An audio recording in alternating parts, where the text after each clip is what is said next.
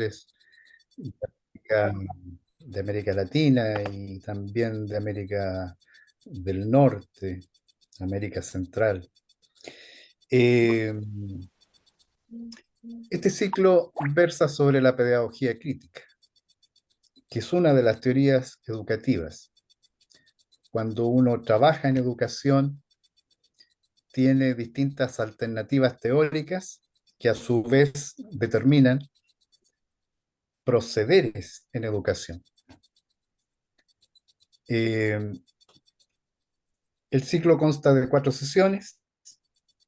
La primera, la de hoy, donde dos profesores, profesoras, compañeros, compañeras van a compartir dos experiencias educativas alternativas, o Débora me decía que hablara mejor de alterativa, de la alteridad. Eh, luego, en algunas semanas, se presentará la cientista política y profesora italiana Lucia Picarella.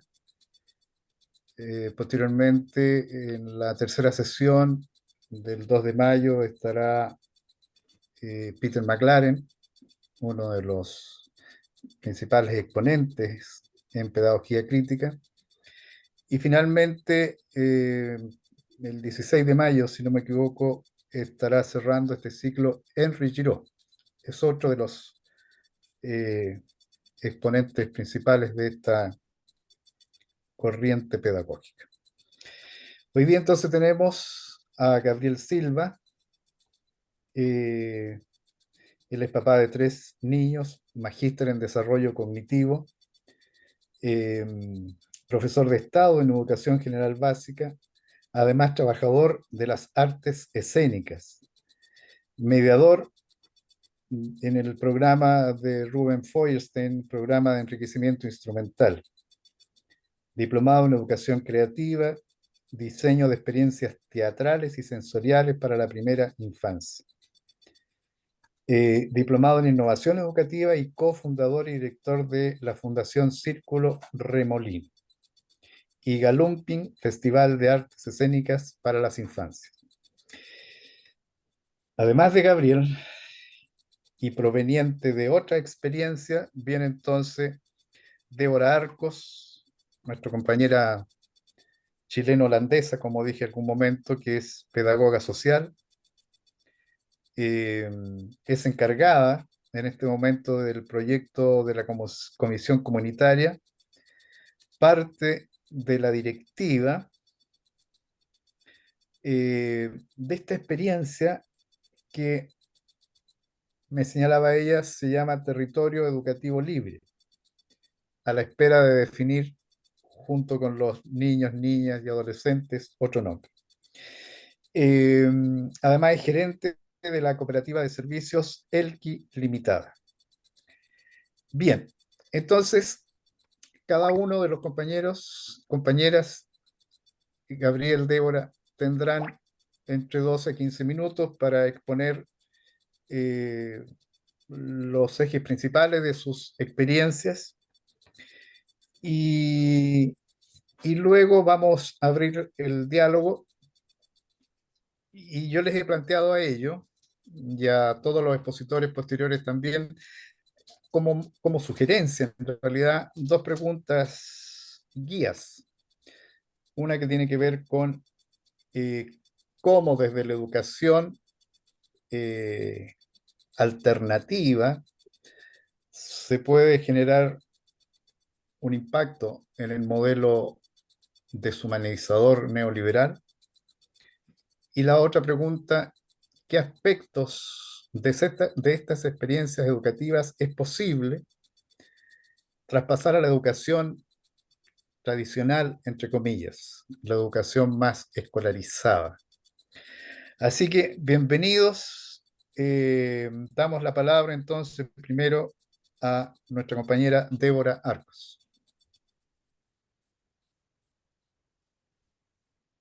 Muy buenas noches. Muy agradecida de poder estar en este espacio. Para mí es totalmente nuevo y en el relato voy a explicar por qué todo esto es tan nuevo. Em, yo soy mamá, aquí a mi lado Ricardo, mi compañero, es papá. En este momento, Sofía, nuestra hija, que va en el territorio de educación libre, un proyecto un proyecto pedagógico de, como decíamos delante, de una educación alternativa. TEL no es un proyecto nuevo, nació, y aquí veo que está la Luz también. Luz es una de las fundadoras también de este proyecto, junto con un grupo de jóvenes que en el 2016 buscan una alternativa a la educación existente del momento y forman lo que es este territorio de educación libre. Hay varios ejes que tiene el proyecto y quizás es diferente a otros proyectos. En primer lugar, se trata de que este proyecto, que digámoslo como uno quiere, igual es un proyecto financiado por las familias, tengan también otra forma de financiamiento y que sea la autogestión. Es un proyecto en gran base autogestionado, por lo tanto no solamente se paga ahí una mensualidad. Es además un proyecto que no se rige bajo el currículum del Ministerio de Educación. Tiene su propio currículum con sus propios saberes, actitudes, principios, que no necesariamente son los mismos del ministerio.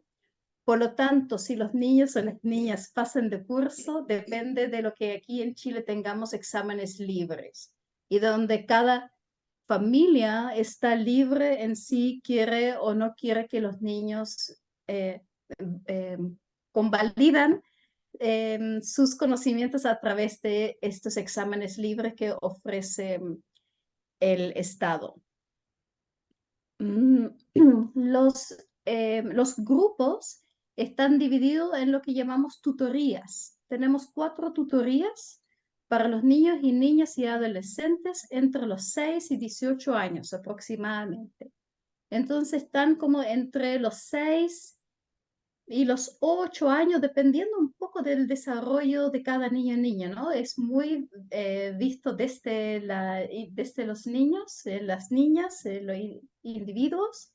Están en la primera tutoría como entre 9 y 11, 12 años, están en la segunda tutoría, después pasan a la tercera tutoría donde están hasta aproximadamente 14, 15 años y luego están en la cuarta tutoría. Y le digo aproximadamente porque, por ejemplo, el caso de nuestra hija que ya egresó del proyecto, ella dio su examen de cuarto medio y decidió, por ejemplo, quedarse un año más, quedarse un año más en el proyecto a pesar de que no estaba como cursando un año escolar, sino para su propia preparación personal para el proyecto. Podía hablar acerca de los dispositivos pedagógicos que son sumamente interesantes, pero quiero comentar un poco de en qué estamos hoy en día. Como yo decía, el proyecto del Territorio de Educación Libre nace desde la Corporación Vertiente, ¿ya? Y la Corporación Vertiente decide en el 2023 de hacer un gran cambio. Y ahí tengo que explicar un poco, ay, quizás antes de qué ha pasado con estas autogestiones. En el 2019, uno de los proyectos siempre de la corporación era tener un tipo de economato.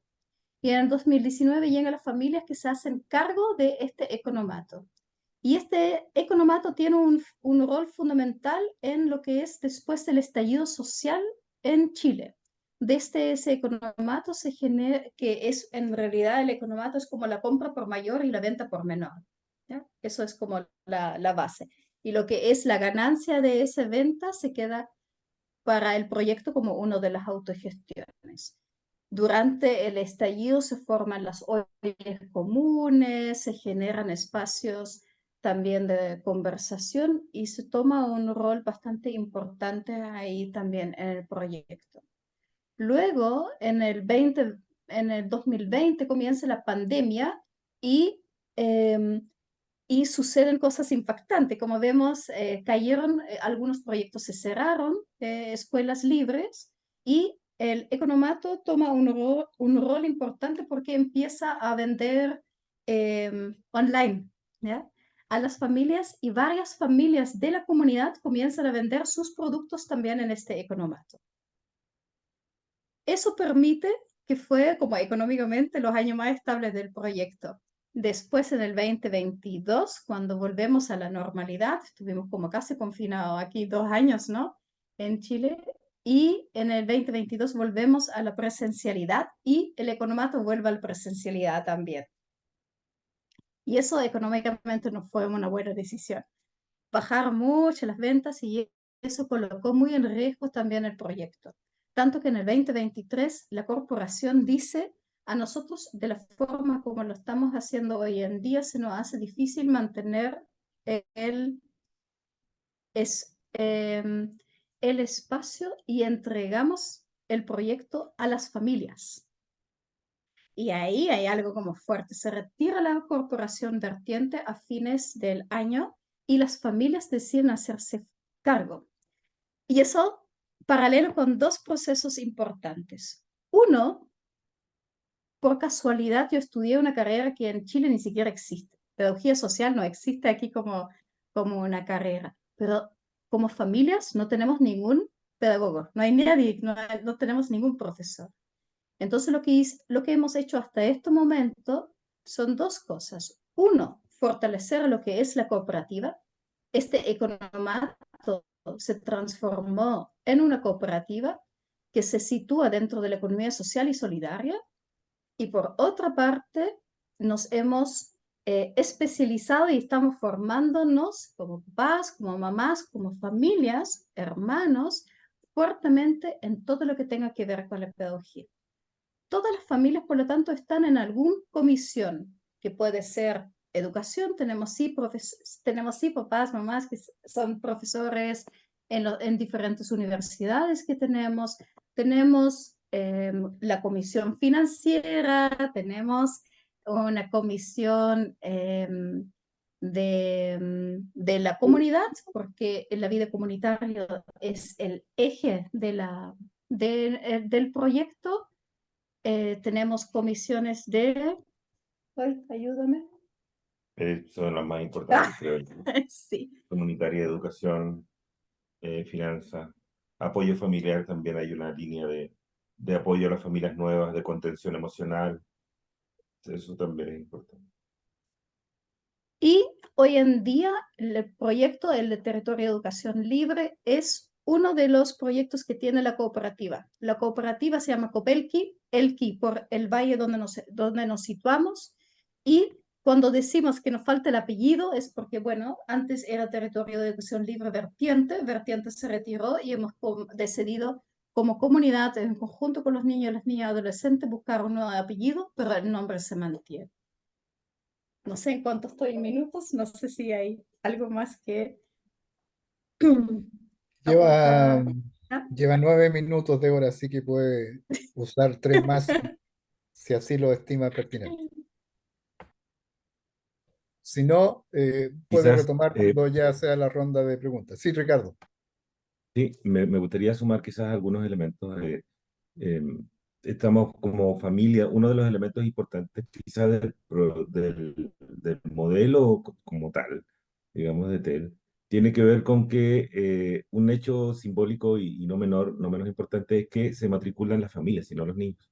Eso genera un compromiso bien fuerte en torno al desarrollo comunitario, a la perspectiva comunitaria como un eje fundamental en el proceso educativo, en este territorio educativo libre, donde se confabulan también epístemes no tan solo educativas desde TEL, sino también las comunitarias, las epístemes familiares, son todas las que están confluyendo en ese proceso educativo y por tanto así lo asumimos. Ahora, los hechos coyunturales que nos han llevado en el último tiempo a hacernos cargo de la administración propiamente tal del proyecto, también han implicado que estemos en una asamblea permanente. Esta crisis que hemos vivido en los últimos años ha sido como buena crisis una oportunidad, ¿no? Pensando que de hecho la pedagogía crítica no apunta a eso, ¿no? Que son los elementos que van a generar un espacio y una oportunidad de transformación y cambio. Entonces, es bien interesante eso en torno al desarrollo de las habilidades de cada uno de los niños, cómo van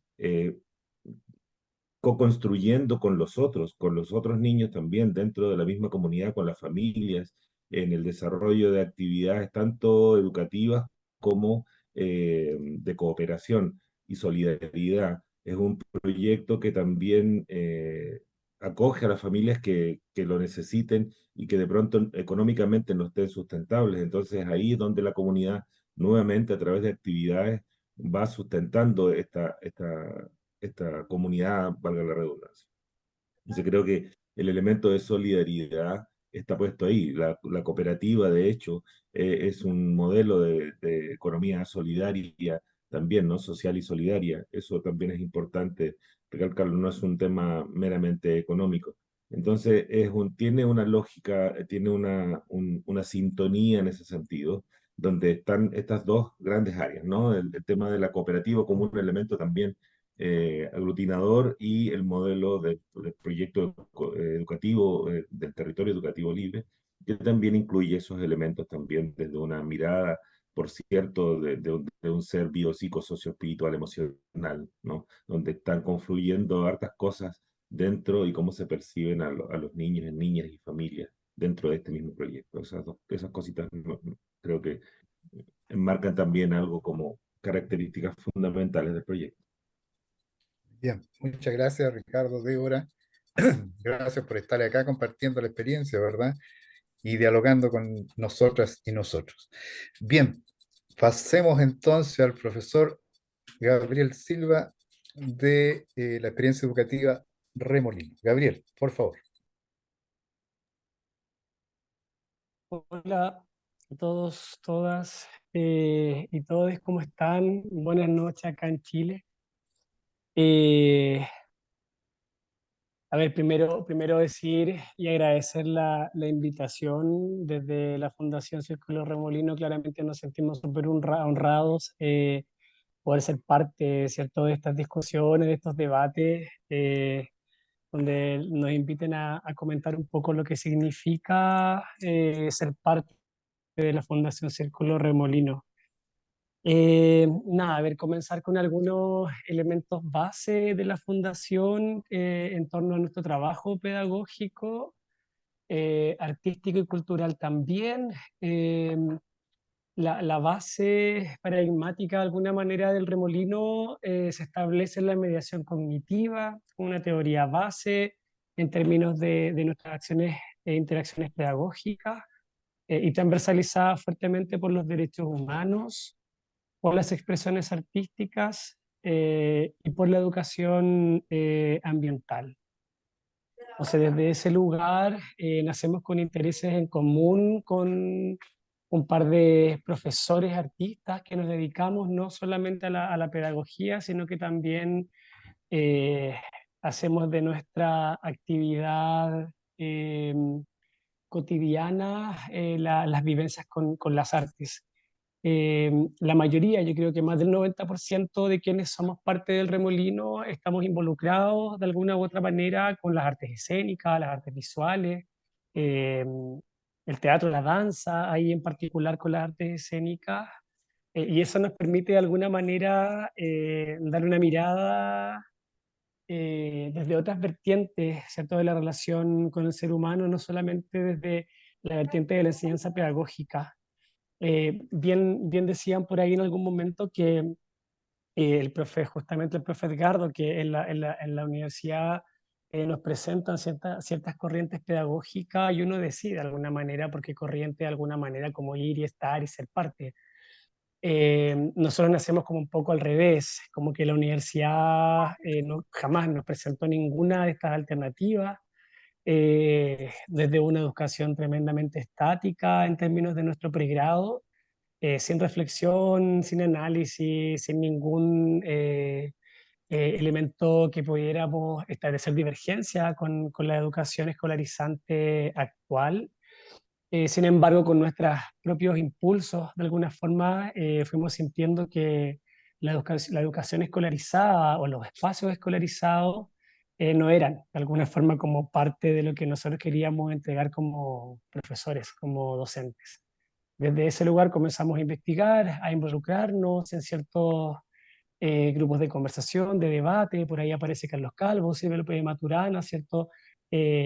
Apoyando en aquello, y fue un trampolín tremendamente importante para nosotros, y desde ese lugar también comenzamos a tejer nuestras propias redes pedagógicas.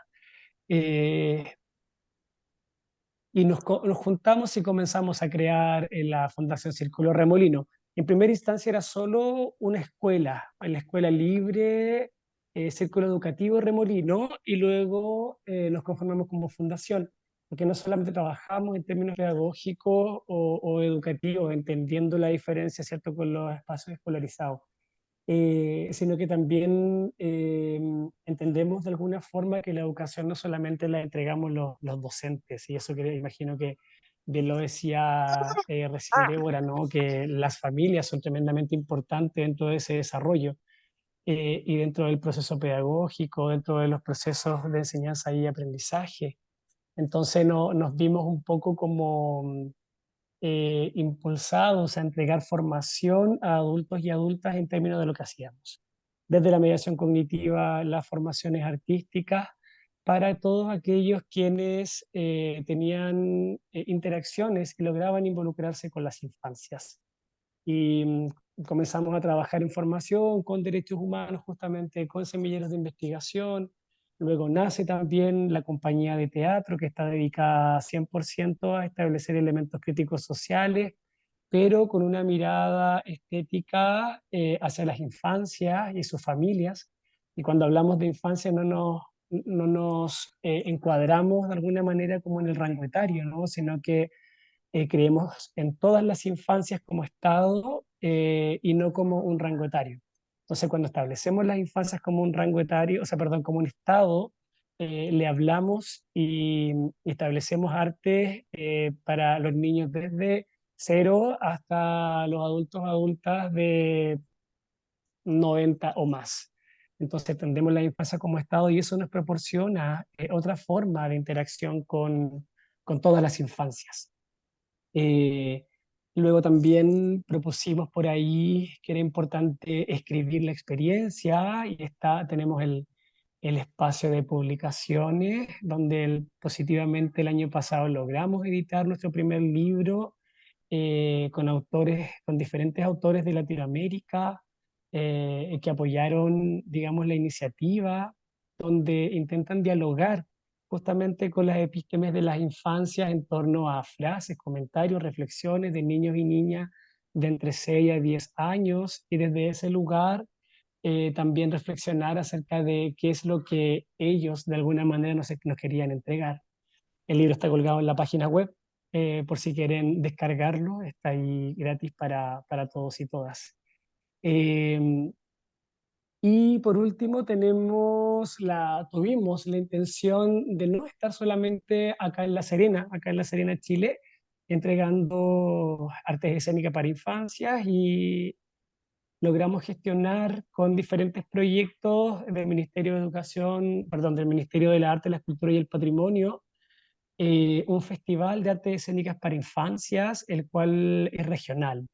Entonces logramos trabajar en una extensión de territorio que comprende la región completa en las 3 provincias, eh, para de alguna manera llevar un poco como el debate en torno a qué significa trabajar con infancias, qué significa el respeto hacia las infancias, y qué significa enseñar y aprender de las infancias. O sea, hay un elemento ahí tremendamente importante para nosotros, que tiene relación con cómo nos comunicamos, y de alguna forma también cómo les escuchamos y cómo les hacemos parte a cada uno y a cada una en el cotidiano, no solamente desde lo educativo, sino también desde la relación estética con el día a día y con las artes. Entonces, creemos que es súper relevante comprender los espacios educativos, no solamente desde un lugar que intente entregar una verdad, una pseudo verdad, o colonizar de alguna manera con ciertos contenidos de aprendizajes curriculares entregados por el ministerio, por el Estado, sino que entregar justamente herramientas pedagógicas, pero que nos permita el desarrollo del pensamiento para una decisión autónoma. Desde la teoría base que trabajamos, desde la modificabilidad cognitiva estructural de Ruben Feuerstein, hablamos acerca de los ambientes activos modificantes y de no conformar a personas pasivas aceptantes de las realidades imperantes de las sociedades, ¿no? Entonces, logramos o queremos de alguna forma como entregar ciertas herramientas que les permitan analizar, criticar y reflexionar desde la libertad de expresión los contextos en los cuales se sitúan.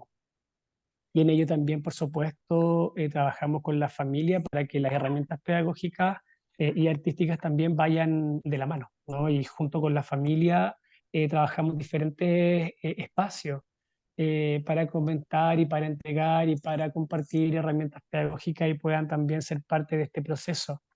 De hecho, hoy día vengo recién llegando de un círculo de familias eh, donde a veces con las familias nuevas particularmente cuesta comprender un poco este hecho de desescolarizarnos, ¿sí? Como el desaprender todo lo que el daño estructural de la escolarización, de donde al parecer todos hemos pasado por allí. Eh, y creo que es importante también establecer ciertas bases educativas que nos permitan generar cambios y, como bien decía hace un rato atrás, no generar ni ambientes ni personas pasivas aceptantes y que de alguna manera todas las herramientas pedagógicas que logremos entregar tengan relación justamente con la libertad de pensamiento, la libertad de decisión, el respeto, la escucha y en ese mismo lugar también estar sanos de manera recíproca. Siempre hablamos de que nosotros como adultos estamos en un lugar que nos permita estar tranquilos, que nos permita estar desafiados también con niños y niñas que también estén tranquilos y desafiados desde ese lugar emocional que les proponga el aprendizaje. No sé si estoy en el tiempo o me pasé, profe, no sé. No, gracias Gabriel, estás bien. Lleva 10 minutos, si quiere usar unos Ah, 2 minutos más. perfecto. Si quiere, si Sí, lo necesita. solo hay un punto que estaba pensando que las decisiones, imagino tal y como lo hace Débora y Ricardo, ¿cierto? Que las decisiones que se toman no solamente a nivel pedagógico, sino que a ratos a nivel también como, entre comillas, administrativo del espacio, son decisiones tomadas con la familia y no de manera, por decirlo, ¿no? Unilateral o vertical desde lo que somos como fundación. Y eso crea sí o sí una dinámica de comunicación con la familia que es súper diferente. ¿Sí? Y el sentirse parte, ¿cierto? También desde la propuesta hace que también sean parte del día a día, del cotidiano y el estar dentro de la fundación les hace también ser parte de los procesos pedagógicos de sus hijos e hijas. Muy bien. Gracias, Gabriel. Entonces, vamos a abrir ahora el espacio para dialogar. Este programa, ¿verdad? Se llama Diálogo Abierto. Y yo voy a ir dando la palabra, como dijo Juan, a quienes la pidan, ya sea para hacer una pregunta o alguna reflexión, sugerencia, propuesta. Eh, Cuando sienta que alguno o alguna de ustedes se esté excediendo en el tiempo, le voy a decir cariñosamente, ¿verdad? Que estamos excediendo el tiempo. Bien, abrimos entonces el espacio para el diálogo. Se ofrece la palabra.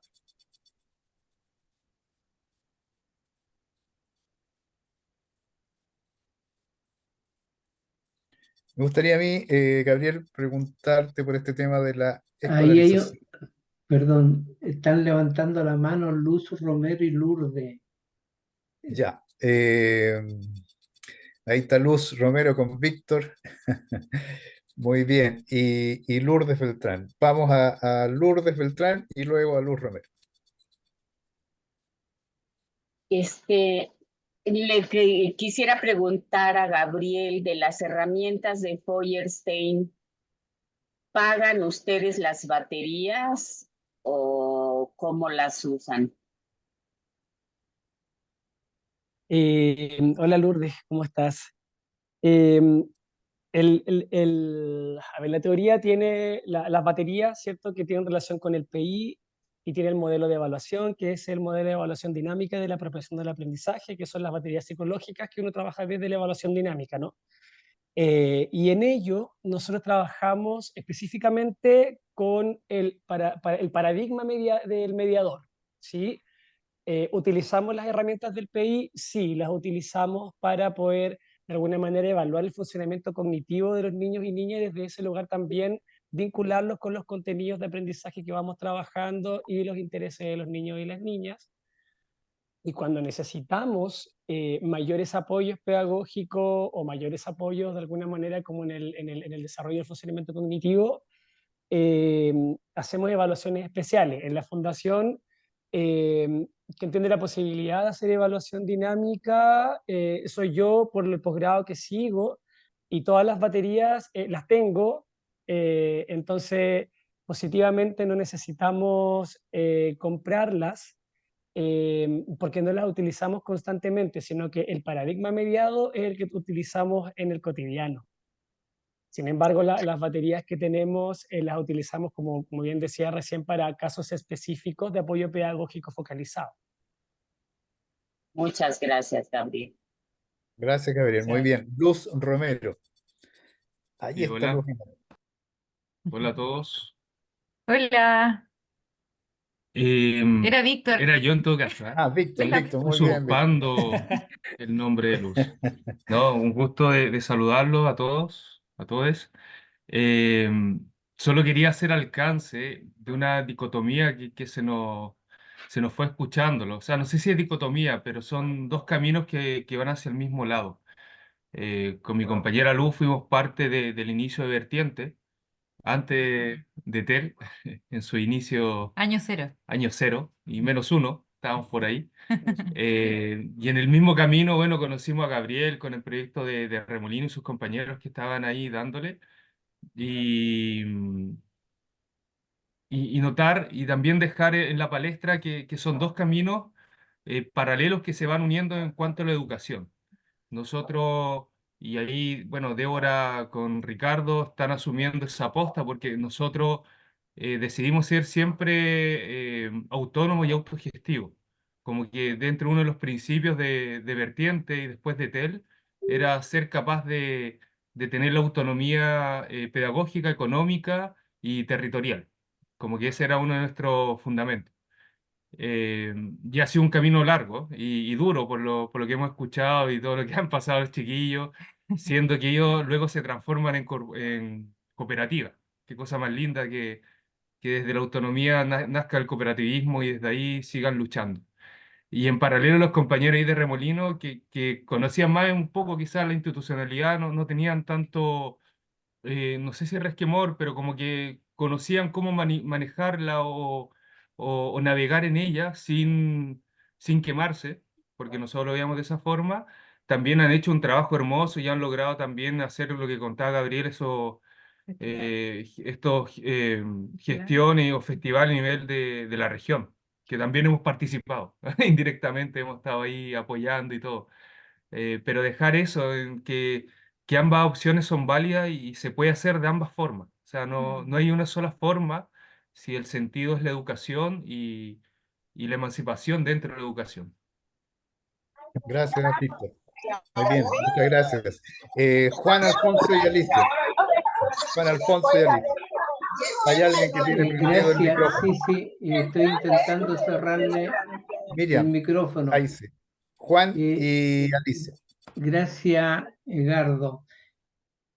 Bueno, unas felicitaciones a los dos exponentes de su experiencia muy significativa, muy importante para el mundo de la educación, lo que ustedes están haciendo y trabajando. Así que los felicito y quiero hacerle un par de preguntas, no sé si para contestarla al minuto, pero para que la puedan darle vuelta. ¿Por qué, por qué razón usted siente que hay que cambiar la lógica educativa que hoy día existe en Latinoamérica y particularmente en Chile y en su región? ¿Por qué? ¿Qué es lo que nos lleva a entender que tenemos que hacer una educación distinta? ¿Qué es lo que a ustedes le hace el clic para decir, miren, hagamos pedagogía crítica? ¿Qué es lo que ocurre? ¿Por qué ustedes deciden tomar este rumbo? Y hoy día, en nuestra sociedad, estamos muy impregnados con las tecnologías. De hecho, hoy día estamos usando las tecnologías para comunicarnos y podemos comunicarnos en un mismo momento con Europa, con toda Latinoamérica, lo cual lo hace muy rico. Y la pregunta es obvia, bueno, ¿cuál es el rol en su ámbito? Porque no lo escuché, de las tecnologías y particularmente esto que hoy día irrumpe con fuerza la inteligencia artificial en los modelos pedagógicos que ustedes están desarrollando. Bien, entonces en el fondo son dos preguntas. La primera, ¿por qué ustedes deciden, verdad? ¿O qué los lleva a pensar de que hay que cambiar la lógica de la educación? Y la segunda, ¿cuál es el rol que atribuyen ustedes a la tecnología? Una vez que responda Gabriel, le corresponde a Alicia y Débora creo que también había pedido la palabra. Sí, creo que por ahí Débora y Ricardo había levantado la manito. No sé Perfecto. si Sí, puede, perdón, puede responder Débora, Ricardo o Gabriel. Sí, sí. A mí, em, a mí me gustaría dar en esta respuesta a las palabras en realidad que nos dio nuestra hija cuando decidimos por este proyecto. Em, yo soy holandesa, neerlandesa, decíamos nosotros, de los Países Bajos, y nuestra hija nació allá y fue a una escuela tradicional holandesa allá. Y cuando llegamos a Chile, yo ni siquiera cuestioné en ese momento de colocarla en un colegio que no era tradicional, ¿ah? Entonces nuestra hija, el primer año llegando a Chile, entró a un colegio formal.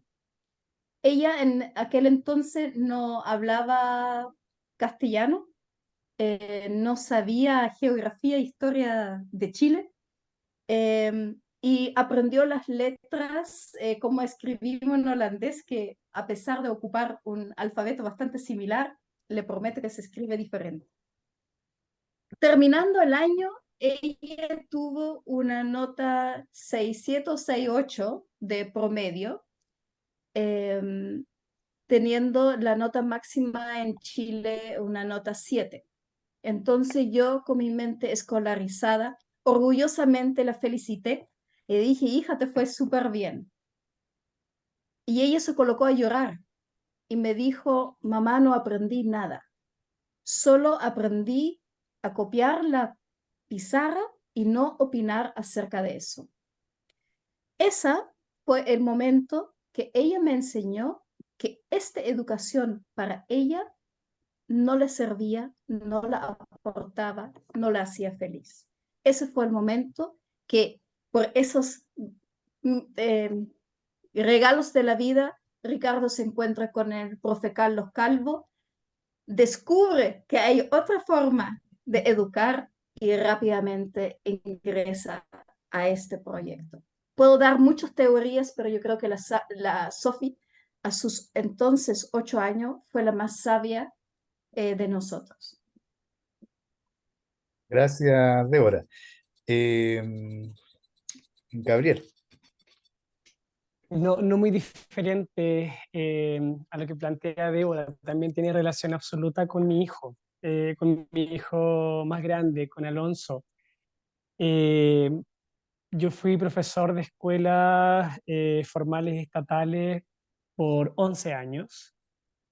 De esos 11 años fui 8 años jefe de unidad técnica pedagógica, quien se encarga de alguna manera de los elementos técnicos de la escuela, pensando siempre y creyendo que desde ese lugar podía hacer cambios. Sí, yo tuve la posibilidad maravillosa de tener a Carlos Calvo y a Silvia López de Maturana de profesores de universidad. Y el primer año, cuando me presentaba a Freire, entendí muchas cosas de lo que me pasaba a mí en la escuela cuando yo era alumno, cuando era estudiante. Claramente con un elemento crítico personal muy incipiente, ¿no? Como también muy acostumbrado a ser pasivo aceptante de lo que me decían, dado a lo que la escolarización provoca en los estudiantes hoy día, que es justamente repetir y no a crear, ¿sí? Tal y como lo dice también por ahí Carlos Calvo, ¿no? Como lo que le ocurre a la hija de Débora, como repetir patrones ya establecidos, ¿no? Se hace muy, muy vivo en las escuelas. Y desde la posición de la jefatura técnica comienzo o a intentar hacer cambios en la manera de planificar o de pensar, de reflexionar de los profes. Y en verdad me encuentro, los 8 años que fui jefatura técnica me encontré con paredes, eh, donde los espacios de alguna manera en las escuelas estaban propuestos pero la importancia educativa o de los docentes era justamente la cobertura curricular, ¿no? Como si este contenido está trabajado, entonces está bien. ¿Cuáles son las calificaciones? Están todas buenas, pero yo voy y hablo con un niño o una niña y en verdad no sabe nada. Entonces, claramente es un ejemplo, ¿no? No me cabía en la cabeza que los niños de primero básico a sus 6 años tenían que estar sentados 8 horas en una escuela repitiendo lo que la profesora delante decía. Y yo veía a mi hijo crecer tremendamente inquieto. Yo decía, mi hijo no va a aguantar todo este rato sentado en la sala de clase esperando que la profesora le diga que sí puede ir al baño o esperando que haya un timbre para ir a recreo y que más encima en el recreo tampoco lo dejen jugar a lo que él quiere jugar, porque hay un inspector, hay una inspectora de patio que está todo el día diciéndote qué es lo que tiene que hacer, disponiendo constantemente los dispositivos de castigo que provoca la escuela. Entonces me empezó a doler a mí el hecho de tener estudiantes que estaban sufriendo aquello sin darse cuenta y que sus estéticas estaban yendo por ese lugar. Y luego pensé que mi hijo no podía estar en esos lugares, por más que yo estuviera probablemente dentro de la escolarización. Y justo ese año llega una amiga que se había ido a viajar por Latinoamérica, la Dani, que es mi compañera en el Remolino. La Dani se fue a viajar por Latinoamérica y cuando llega, muy de casualidad, llega a trabajar también a la misma escuela en la que yo estaba trabajando. Y ese año también llegó a su departamento que estaba a 5 minutos caminando de la casa en la que vivíamos en ese tiempo con mi compañera y mi hijo. Entonces todo se gestó para poder comenzar a crear, ¿no? La fundación del Remolino. Con la Ani nos conocimos justamente haciendo el PI de Rubén Feuerstein con la profe Silvia y el profe Carlos. Entonces, claramente había unas incipientes ideas. También ahí conocimos a los chiquillos cuando estaban recién también con las reuniones para vertiente. Me acuerdo perfecto cuando estábamos en eso. Entonces, nada, dado todo aquello, ver el movimiento de mi hijo, yo hago teatro, hago expresión corporal y hago danza. Y para mí el cuerpo, el movimiento, el acuerparnos, el estar en movimiento constante es súper importante. Y veía que mi hijo también lo necesitaba. Y me imaginaba verlo sentado, uniformado, escribiendo lo que la profesora le decía, saliendo a recreo y que no lo dejaran jugar. Yo me veía todo el día metido en la escuela que me iban a llamar, pero hasta por si acaso. Entonces, dado eso y los diferentes elementos como teóricos también, ¿no? En la universidad me tocó también por ahí conocer a Foucault y también articular y vincular lo que me estaba ocurriendo en la escuela con vigilar y castigar, por ejemplo, no sé, por nombrar uno. me permite de alguna manera decir, "No, ¿sabes qué? No puedo estar acá". En ese tiempo estudié teatro también, entonces las posibilidades artísticas también me permitieron ver la educación desde otro lugar, y pensar de manera divergente más aún. Entonces, nada, la Dani con su invitación fue un sí mágico, un sí inmediato, y comienza a gestarse el remolino el año 2017 para ya el año 2018 comenzar a funcionar. Entonces también tiene relación como con los ímpetus y la observación y el respeto a lo que yo veía de mi hijo. Y en torno a los modelos tecnológicos, pucha, tengo que hacer ahí el mea culpa que me resisto un poco. Sin embargo, sé que son importantes. Ya este año yo creo que vamos como en pos de hacer un poco más en torno a aquello. Me resisto un poco a la inteligencia artificial, soy un poco más romántico en ese lugar también, de la escritura, de la inteligencia, del crear, del sentir para crear, y siento que la tecnología no lo permite.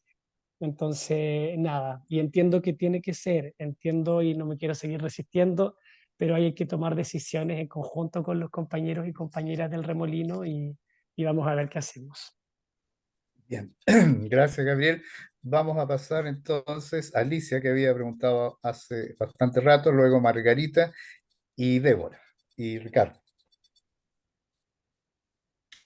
Alicia. Y gracias, Edgardo. Gracias a los compañeros, a Débora, a los amigos Remolino, quien tuve la oportunidad de visitar hace relativamente poco tiempo, con mucho gusto, y estuve todo un día en la escuela viendo lo que aquí está contando Gabriel, con mucho gusto. Yo planteo la siguiente cuestión, que es una cuestión que quiero compartir con ustedes, educadores, educadoras, progresistas, y que seguramente apoyan la pedagogía crítica como la apoyo yo. Señores y señoritas, nosotros vamos a crear todas escuelas alternativas. Vamos a llenar el Estado chileno, el Estado colombiano, el Estado argentino de escuelas alternativas lentamente. Me parece bien, podría ser. O intentamos hacer una escuela alternativa en nuestra escuela. Es decir, la problemática de la pedagogía crítica que quiero poner aquí es la realidad de la mayoría de los educadores. Estamos discutiendo América Latina, podríamos discutir el planeta, pero digamos en América Latina. Yo soy una maestra progresista, dice una señorita joven, en el mejor de los casos, viejas también lo decimos, pero bueno, quiero establecer modificaciones, soy partidaria de la pedagogía crítica. ¿Se puede cerrar, por favor? Gracias. Es decir, ¿qué hago? ¿Se entiende a dónde voy, verdad? Con mi pregunta. Es decir, todos creamos remolino, que nos vamos, que hacemos en otra casa, en otro lugar, con otros compañeros que pensamos parecido, lo cual es bastante fácil, y no estoy diciendo nada negativo a los compañeros, ¿eh? Me encuentro con los que piensan igual que yo, y entonces alquilamos una casa y ponemos tal cosa. ¿Qué hago yo como formadora de formadores en el sistema latinoamericano? Es decir, voy, visito esto, voy y llevo a mis alumnas que son maestras a que vean estas alternativas, que vengan a charlar, los invito, etc. ¿Y qué más? Es decir, el gran key de la cuestión es cómo yo voy modificando, no solo desde afuera, sino desde adentro. Y eso me lo dijo hace muchos años un excelente profesor de Derechos Humanos en la Universidad Nacional de Rosario, en la Argentina. Alicia, quédate adentro. No, profesor, yo, que no me dejan enseñar derechos humanos y vienen las compañeras y no me dan bola, y viene el director y me denuncia al jefe de policía, quédate, quédate, y haz lo que puedas. No, bueno, acá era cuestión de vida o muerte, porque señores y señoras, en la dictadura, en Chile, en Argentina, en Uruguay, en Paraguay, en Brasil, en Venezuela, hoy, en Ecuador, en Bolivia, era vida o muerte. Es decir, me quedo o no me quedo haciendo lo que yo creo que debo hacer y que definitivamente es diferente a lo que se está haciendo. O me voy, lo cual me parece bien y me parece una alternativa. Es decir, yo como formadora de formadores, profesora de pedagogía, ¿qué es lo que quiero decir en este contexto? Profesora de jóvenes futuros profesores, que yo no quiero que enseñen como en la escuela donde aprendieron, quiero que sea como la de Lino, como la de Débora. Pero ¿y cómo hago?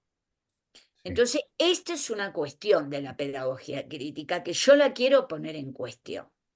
Sí, Porque es de la mayoría. Porque esos son los que yo me encuentro como formadora de formadores, Edgardo y amigos y amigas. Entonces, yo le digo a todos que se vuelen y construyan cosas, sí, pero también le digo, oiga, a ver, bueno, a ver qué podemos hacer también, no sé. En fin, lo pongo a consideración en la discusión. bien. Me parece Gracias, importante. gracias, Alicia. Muy bien. Yo le pido a Débora y Gabriel que vayan tomando nota de las ideas.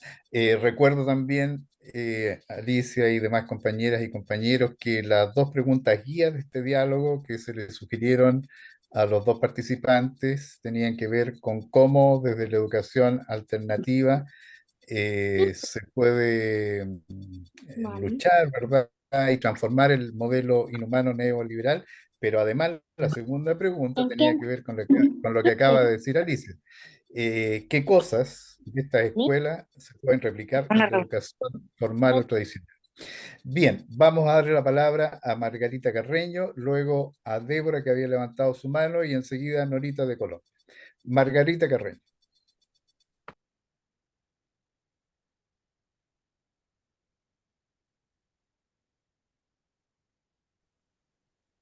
Margarita.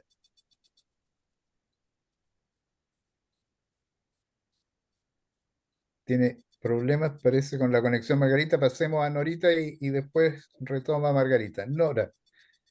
Y de ahí damos a Débora. Nora tiene apagado el Muchas micrófono. gracias. Ya. Dale. Mil y mil gracias. Escuchándolos, me acuerdo mucho que en los 90 se dio aquí la Ley General de Educación que planteaba precisamente que la educación debía existir para desarrollar pensamiento crítico, ser una educación crítica. Y yo siempre me hacía la pregunta de pensamiento crítico en sociedades absolutamente rígidas. Y Y siempre aquí, pensaba que finalmente lo que íbamos a tener era jóvenes que iban a ser carne de cañón. Y desgraciadamente en muchos sitios, desgraciadamente no me equivoqué. Jóvenes que lograron, digamos, generar un pensamiento crítico, un deseo de construir sociedades diferentes, pues aunque nosotros nunca hemos tenido una dictadura declarada, pues sí hemos tenido 60 años de violencia, donde el disentir, donde el no estar de acuerdo, pues era mucho más peligroso que cualquier otra cosa, cualquier arma, como decir, más peligroso que un balazo en un pie. Entonces, eh, pensar una educación sin pensar cómo cambiar las estructuras que en un momento dado ahogan a una sociedad, pues también lleva a poner en situación crítica y peligrosa y en vulnerabilidad muchas de nuestras juventudes. Sí, y creo que eso hace parte de la responsabilidad de los planes de estudio y de los enfoques curriculares, o sea, que no se pueden hacer solamente desde las ideas, sino desde los contextos y creo que como educadores también nos corresponde un pedacito de reflexionar y de responsabilidad de ese profesional o de ese joven o ese joven o chica, chico que salen a la sociedad y al mundo. era como plantearlo. Y desde ahí, a mí sí me gustaría saber desde las experiencias que ustedes están viviendo, el, el estudiante que sale, ese ser humano que sale de ese proceso educativo, si ustedes ya han podido dimensionar el impacto o la incidencia que han podido tener en su entorno familiar, en su entorno comunitario y en, en sus propios proyectos de vida. Básicamente era eso y de nuevo muchas gracias por compartir esas dos experiencias. Gracias, Norita, muy amable. Débora, luego estaba Margarita, pero parece que se salió, y luego Carlos García. Débora. Eh, bueno, había levantado la mano precisamente tratando de dar respuesta a varias de las cosas que ya se han puesto en el debate y me parecen súper interesantes. Comparto con Gabriel ahí de pronto el tema de la tecnología, ¿no? Que estamos apostando por una inteligencia artesanal más que por la artificial en este rato, pensando en que precisamente la utilización de la inteligencia artificial o de la tecnología en general está dada per se en este minuto, está muy a la mano y la dificultad está en cómo generar un espacio educativo con estos elementos, con estas herramientas que necesitan de una inteligencia artesanal inicial, ¿no? Para poder generar nuevas formas o nuevas metodologías. Y en eso creo estamos pensando las formas de convivencia desde la naturaleza hacia el otro lugar y estamos tratando de como de poner en balanza, ¿no? En nivel respecto del desarrollo de habilidades tanto tecnológicas como que ya están bastante desarrolladas, como con las otras que tienen que ver con otro tipo de habilidades llamadas por el siglo XXI y tienen un montón de nombres hasta el altura. Pero que básicamente son el pensamiento crítico, el desarrollo de las habilidades, la creatividad, en fin. Eso por una parte. Lo segundo, respecto de las preguntas guía que había dado el profe Carlos, que tenía que ver con la pregunta que hacía Alicia también, cómo hacerlo desde el interior, ¿no? ¿Qué pasa con la gran mayoría, la inmensa mayoría de estudiantes que es el motor crítico que nos lleva a transformar esto y a hacer estos pequeños puntos entre medio de una tremenda pintura, ¿no? Que está ahí dentro de eso. Yo tiendo a sentir que deberíamos funcionar como virus de computador, ¿no? Desde adentro tratar de hacer algo, de desarmar algo y de componer las cosas desde ahí. Sin embargo, eso siempre resulta bastante difícil, es un trabajo de largo aliento, pero es un trabajo valiente. Yo admiro que las cosas estén haciéndolo así. Entiendo, Gabriel está trabajando en universidades, la gran mayoría de nosotros también estamos funcionando desde ese lugar. Es siempre bien difícil pensar el huevo o la gallina, ¿no? Si vamos a trabajar con los niños primero o vamos a trabajar con los estudiantes en las universidades para poder transformar.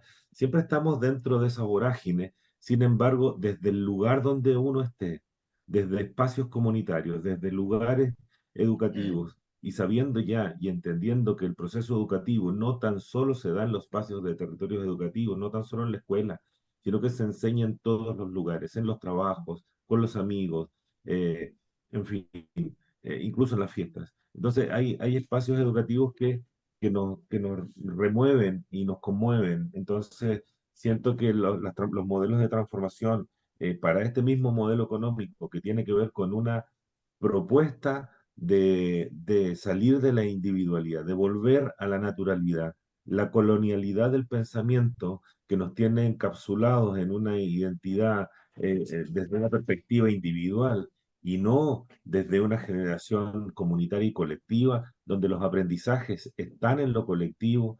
Creo que es un elemento bien importante a recuperar. Entonces, creo que estos procesos educativos y estos modelos educativos, tanto TEL como Remolino y muchos otros, por cierto, están haciendo Casa Roja, y la Luz también está con mucha gente que está generando, el Pepe, que lo veo por ahí, también están generando mucho trabajo educativo y generando cambios y transformaciones al interior. Creo que todos estos espacios, mientras más seamos al interior, afuera, en la periferia, vamos a ir generando un empuje hacia un cambio real respecto de las condiciones de sociedad en una sociedad más colaborativa, más consciente, más solidaria, que apunte a ese lugar. Entonces creo que, y tomándome de lo último que nos preguntaban respecto de la repercusión que tiene este proceso educativo, hemos visto que los niños, nuestra hija mayor, de hecho, está estudiando pedagogía hoy, general básica. Es un elemento hermoso, es un regalo para nosotros también ver que hace años antes no tenía mucha idea de qué y pensaba en la mercantilización de todo, ¿no? Como el pensamiento de la mayoría, que es una cosa mercantil, que voy a estudiar algo que me dé lucas, que me dé plata, que me dé dinero, y no que me haga feliz o que no haga un cambio y una transformación social. Hoy tenemos el gusto y la felicidad de escucharla y de leerla y de vivirla y abrazarla con una idea de transformación de la sociedad, con un ánimo, con una energía de aprender, de desarmar, de generar espacios educativos y transformadores. Y eso creo que podría contestar desde nosotros la experiencia, muy directa, por cierto, de nuestra hija mayor, que está estudiando pedagogía al haber pasado por un proceso y un modelo educativo como el que estamos poniendo hoy día en la mesa. Muy bien. Eso. Muchas gracias, Ricardo. Margarita, que había pedido la mano, no está. Entonces vamos a pasar a Carlos García y luego Gabriel Silva. Carlos, su micrófono. Ahí sí. Gracias.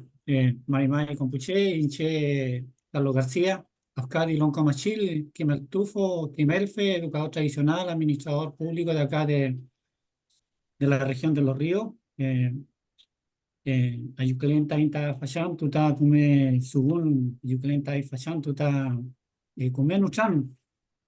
Saludos en mi lengua materna, saludos en mi lengua nativa.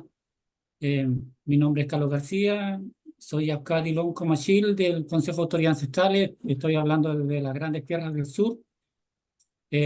Saludo a todos, a la Lamiana Alicia, yo he seguido su trabajo ahí porque tengo contacto ahí en Argentina con algunos educadores, estamos intentando armar una red ahí. Y también conozco algo de la experiencia de Remolino, así que sí me sorprendo con la experiencia de lo que está pasando en Erquy, toda vez que también ahí tenemos algunos contactos con algunos hermanos de los pueblos de las primeras naciones, así que feliz, agradecido de esta oportunidad. Y yo solamente preguntar, dentro de sus procesos, digamos, de reestructuración, dentro de sus diseños, de sus PI, dentro de sus programas educativos, ¿ustedes tienen incorporado, digamos,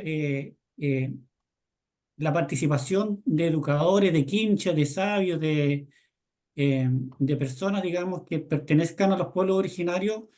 Porque ¿por qué lo pregunto? Porque se tiende, entre comillas, a que muchas veces los conocimientos ancestrales se confundan con los conocimientos de tendencias que más que nada están relacionadas con, a veces, adaptar ciertas acciones a una vivencia propia. Me explico. Es muy distinto, por ejemplo, enseñar Mapuzungún en la región de la Araucanía que enseñar, por ejemplo, Mapuzungún, por ejemplo, en la región de los ríos, que enseñar, por ejemplo, Mapuzungún o enseñar, por ejemplo, Chezungún en la región de Chiloé. Entonces, ¿por qué lo pregunto? Porque lamentablemente, por ejemplo, si ustedes ven el programa de educación, por ejemplo, intercultural, se habla solamente del Mapuzungún, que es una castellanización de las 4 variantes que hay, digamos, de nuestra lengua. Entonces, sería importante también que ustedes consideren esas formas, esas otras formas, nosotros decimos, de educar, esas otras formas también de hacer el gulam, de aconsejar, esa otra forma de hacer el charquinto kimun, el traspaso de conocimiento, que no siempre está relacionado a lo mejor con una materia, sino que a veces está relacionado con la oralidad, está relacionado con los EPU, está relacionado con los cuentos, incluso hasta con lo más simple, que es explicar los procesos del alumno, explicar los procesos de las personas, los crecimientos. Y creo que es importante que ustedes también consideren que en sus territorios tienen quinches, tienen sabios, que hay mayores y que más allá de que alguien tenga un título o no tenga un título, a veces ellos nos entregan, digamos, como digo yo, un paracaídas adicional para que nuestro porrazo, digamos, sea menos doloroso. Muy bien. Entonces, creo que es importante que ustedes también se pueden ir armando este tipo de redes y vincularse con los educadores, vincularse con otras experiencias, puesto que para nosotros, y ahí tomo lo que hablaba la Ramona Alicia, que es difícil a veces intentar cambiar el modelo, es difícil intentar cambiar el sistema, pero creo que también estando adentro, uno se permite recoger lo mejor que tiene el sistema, que es, entre comillas, esa capacidad, entre comillas, de entregarnos ciertas herramientas que nos ayudan a mejorar. Obviamente no todo, a mejorar a lo mejor en nuestro país, a lo mejor a mejorar nuestras planificaciones, utilizar las herramientas tecnológicas, porque hoy día los niños son mucho más tecnologizados, hoy día los niños, su conocimiento, su mente es mucho más rápida, lo visual para ellos eh,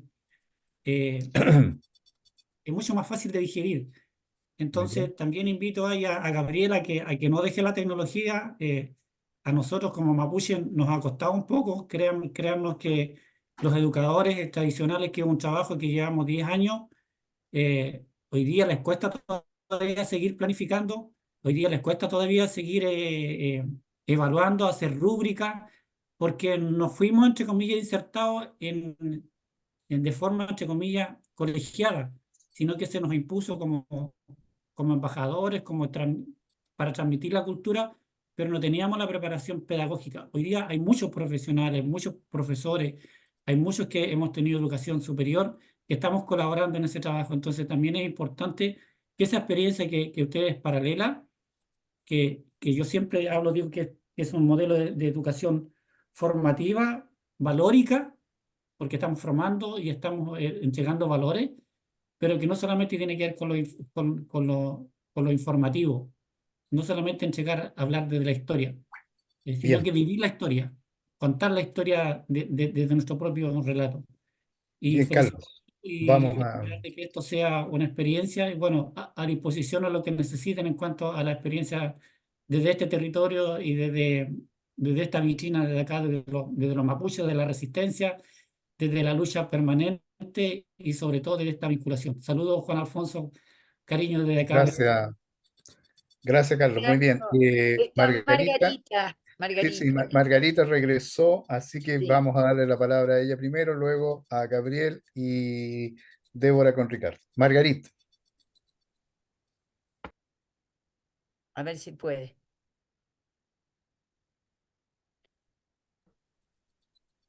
Margarita, la estamos esperando. Margarita tiene, por mientras que ella se conecta, tiene un video sobre Paulo Freire muy interesante que en las próximas sesiones lo podemos dejar también en el chat para que lo conozca. Ahí parece que está Margarita. Bueno, me alegra mucho poder volver a estar con ustedes. He tenido problemas graves con una hija de salud y muchas veces problemas de señal, pero bueno, con respecto al tema que nos convoca hoy, quiero señalar que el planteamiento de los compañeros, muy interesante, pero el planteamiento de la compañera Alicia, yo lo comparto, ¿sí? Internamente, nos cueste los que nos cueste. A mí, cuando ejercía como docente activa, tuve que enfrentar varios procesos disciplinarios, ¿sí?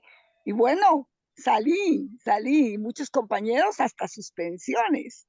Bueno, luego de pensionarme hace 12 años, continué mi labor docente en la Biblioteca Antonia Santos, con la maravilla de estar suelta, libre, de no tener que darle explicaciones al rector, ni al coordinador, ni a nadie, y de gozarme lo que hago con los niños, de gozarme lo que pasa en los talleres con las señoras, de gozarme todo. quiero anotar particularmente que es muy triste que hoy el maestro esté ausente de la pedagogía, que el discurso pedagógico se exime del maestro, pasó a otros frentes y difícilmente el maestro de hoy estudia a los pedagogos, porque el maestro se ha convertido principalmente en el maestro, al menos hablo por Colombia, que llena planillas, que llena formatos. Y eso es lo que les interesa a las administraciones educativas, ¿sí? Pero no hay una apropiación del discurso pedagógico. Y para terminar, quiero señalar que hace falta, mucha falta, el conocimiento desde la psicología. Como decían los compañeros de la experiencia que presentaron, es fundamental entender al niño, entender al adolescente o al adulto, si estamos en educación mayor, desde la psicología. Entonces, es invitarlos a, no sé cómo hacer para que los maestros retomen la cátedra de la pedagogía, retomen a quienes fueron nuestros tutores desde la pedagogía, ¿no? En la biblioteca hay dos fuertes, uno es de historia y el otro de pedagogía. Y bueno, yo soy muy afortunada, porque como nadie me controla, yo hago lo que quiera desde ahí, lo cual, como señalaba Alicia, es muy problemático tener que cumplir horarios, tener que cumplir programas, tener que cumplir. Me parece muy chévere. Yo pienso que la experiencia que estoy haciendo se puede un poco desde Freire mirarla y desde sumergir. Yo pienso que también estoy un poco atendiendo a sumergir. Muchas gracias. Gracias, Margarita. Muchas gracias a usted. Vamos a ceder la palabra a Gabriel, luego Débora con Ricardo. A ver, estaba como intentando ordenar las ideas y pensando en las preguntas como guía y a lo que nos pregunta, ¿cierto? Alicia, y creo que estamos en el mismo camino, que me imagino que todos quienes estamos acá en ningún momento pensamos como de focalizar en específico en una porción, por decirlo de alguna manera, ¿cierto?, de niños y niñas o familias, sino que siempre intentamos de alguna manera como llegar siempre a más. Insistir, por ahí decía el compañero, ¿cierto?, Carlos, como desde la resistencia. Las escuelas libres no la vemos fácil tampoco, ¿no? Es difícil estar trabajando en espacios educativos libres e insistimos desde ese lugar para poder transformar también. Y esa transformación no es única y exclusivamente hacia adentro con las familias y con los estudiantes de las escuelas libres, también es hacia afuera. Y un ejemplo de al menos lo que hacemos como fundación con este festival, ¿cierto?, de artes escénicas para infancia, que es a nivel regional y que abarcamos varias comunas de la región y que en esas varias comunas hay varios niños y niñas, y hay varias familias, varios docentes, porque con este festival entregamos talleres también de formación y talleres de capacitaciones para profesores, profesoras, educadoras, familias que intervienen en interacción con crianza desde la formación docente y desde también la formación de nuestros ser artistas. Entonces, desde ese lugar la insistencia claramente va probablemente por un camino que a lo mejor no tiene un porcentaje de impacto como el que tienen las escuelas regulares en formal estatal, ¿no? Porque resistir, ¿cierto?, al aparato estatal es muy complejo, es muy difícil. El aparato estatal con sus dispositivos de castigo es muy difícil, las políticas públicas son muy complejas también de poder transgredir, sobre todo cuando adentro hay veedores y cuidadores que son propios compañeros de pedagogía y docentes que lamentablemente tampoco dejan, como que esto que decía Ricardo, ¿no? Em, como desde adentro comenzar a hacer cosas, por más que lo intentemos. Les comentaba recién, tuve 11 años dentro del sistema escolar regular, y fueron 11 años de insistencia, y fueron 11 años de resistencia, y fueron 11 años en los cuales intenté hacer muchas cosas dentro de las escuelas en las cuales trabajé, pero vimos una forma, como bien también dice la compañera recién, de ser libres y estar felices y maravillados de estar en aquello, en esa libertad de no tener, ¿cierto?, el panóptico encima constantemente para que nos diga qué es lo que tenemos que hacer. Y en ello aperturamos. La fundación es un espacio abierto, es un espacio comunitario también para la gente que vive en el sector, es un espacio libre, nos vinculamos con diferentes estados pedagógicos, también de diferentes lugares de la región, con diferentes casas culturales también de la región, y entregamos una visión que para muchos es como, oye, nunca me había dado cuenta de esto, por ejemplo. Llevar el debate constante, llevar el debate para un impacto, por ejemplo, familiar, cuando las familias nos dicen, oye, hemos cambiado incluso la forma de alimentarnos en la casa, gracias a cómo ustedes manejan de alguna manera como la alimentación saludable, o hemos cambiado la forma de ver televisión, ya no estamos conectados todo el día en el teléfono como estábamos hace un año atrás antes de estar en Remolino, no sé, y cosas como pequeñas, pero que van creando de alguna manera esas estéticas contextuales y desde la sistematicidad también entender cómo nosotros somos responsables de aquello. Porque entendemos que hay un marco ético y entiendo cuando las personas se quieren sentir libres, pero también hay un marco ético que encuadra cuáles son las responsabilidades que tenemos como profesores, cuáles son las responsabilidades que tenemos eh, como activistas, si quieres, ¿cierto? Porque estamos ahí adentro en eso. Sobrepasamos de alguna manera como el hecho solo pedagógico. Entonces creo que hay algunos elementos que sí son medio un poco complejos de poder solucionar a corto plazo, pero hay mucha esperanza de poder seguir, ¿cierto? Con estas intervenciones de nuestros propios estudiantes, de nuestras propias familias, ¿cierto? Y al día de hoy, lamentablemente, todavía no tenemos ningún estudiante que haya salido de Remolino como de cuarto medio, ¿no? Como los compañeros de Elqui, ¿no?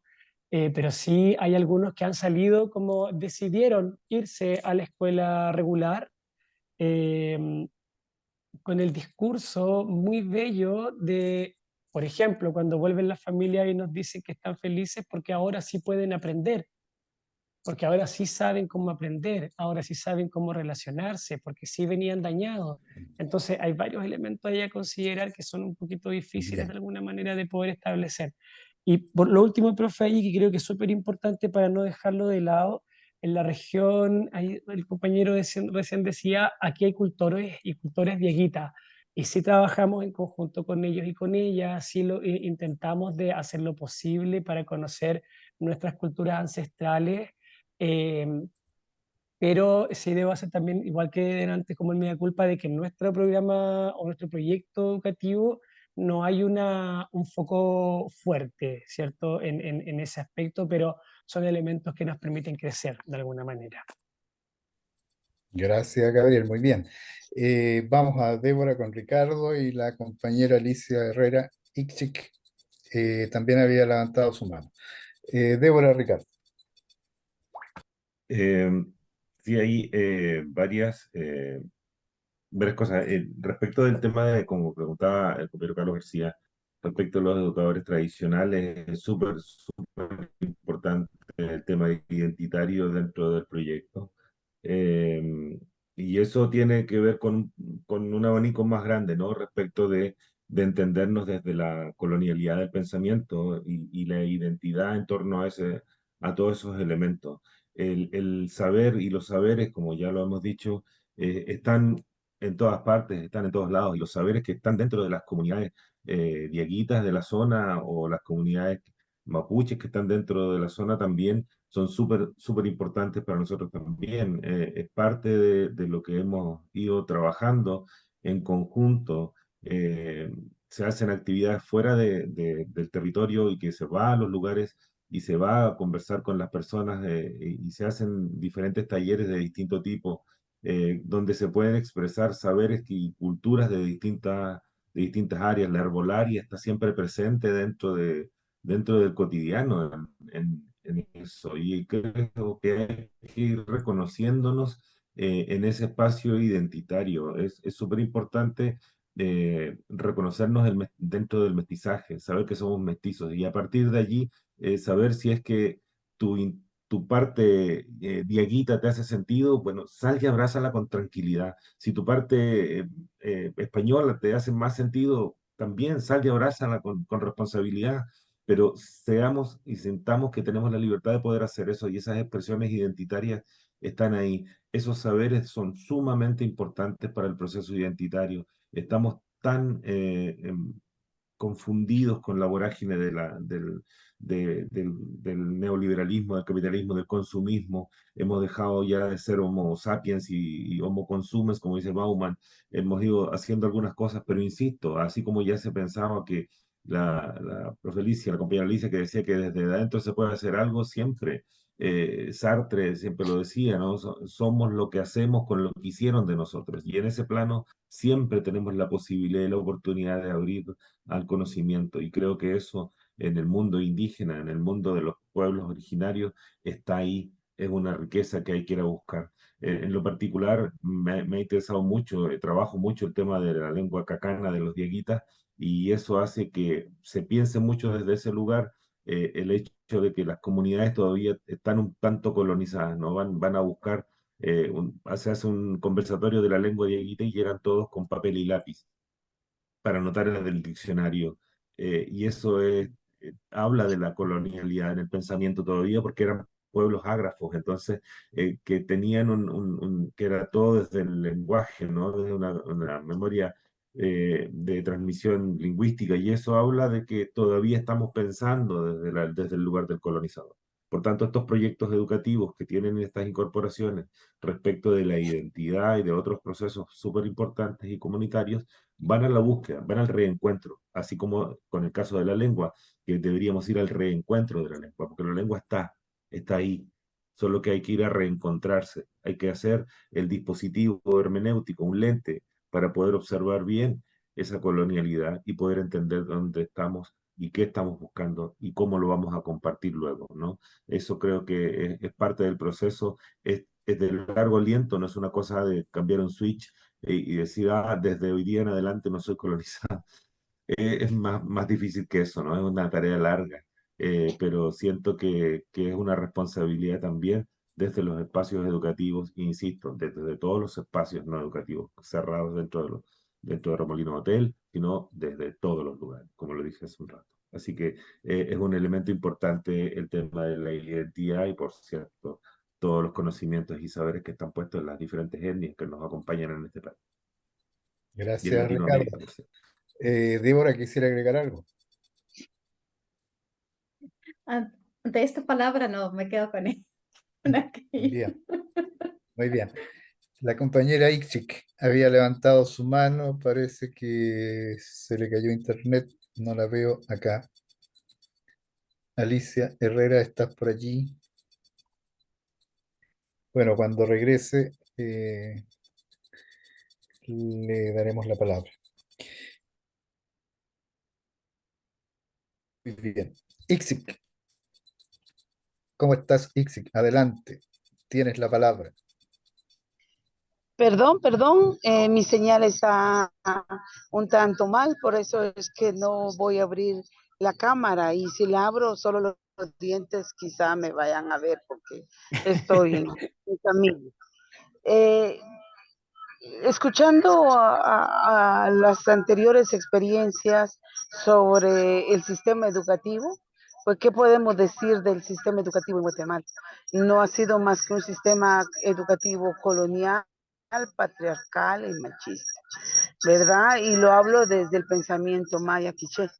Y a raíz de esa experiencia, pues en el 2009 nos dimos la tarea de generar un proceso totalmente diferente, a través de la Asociación Camalvé, que es la que hoy pues me representa. Pero, ¿qué hacemos en Camalvé? Pues generamos un proceso educativo que reconstituye el ser de la niña, el niño, el joven que llega y que conozca su historia, su origen, pero sobre todo generamos procesos de memoria histórica.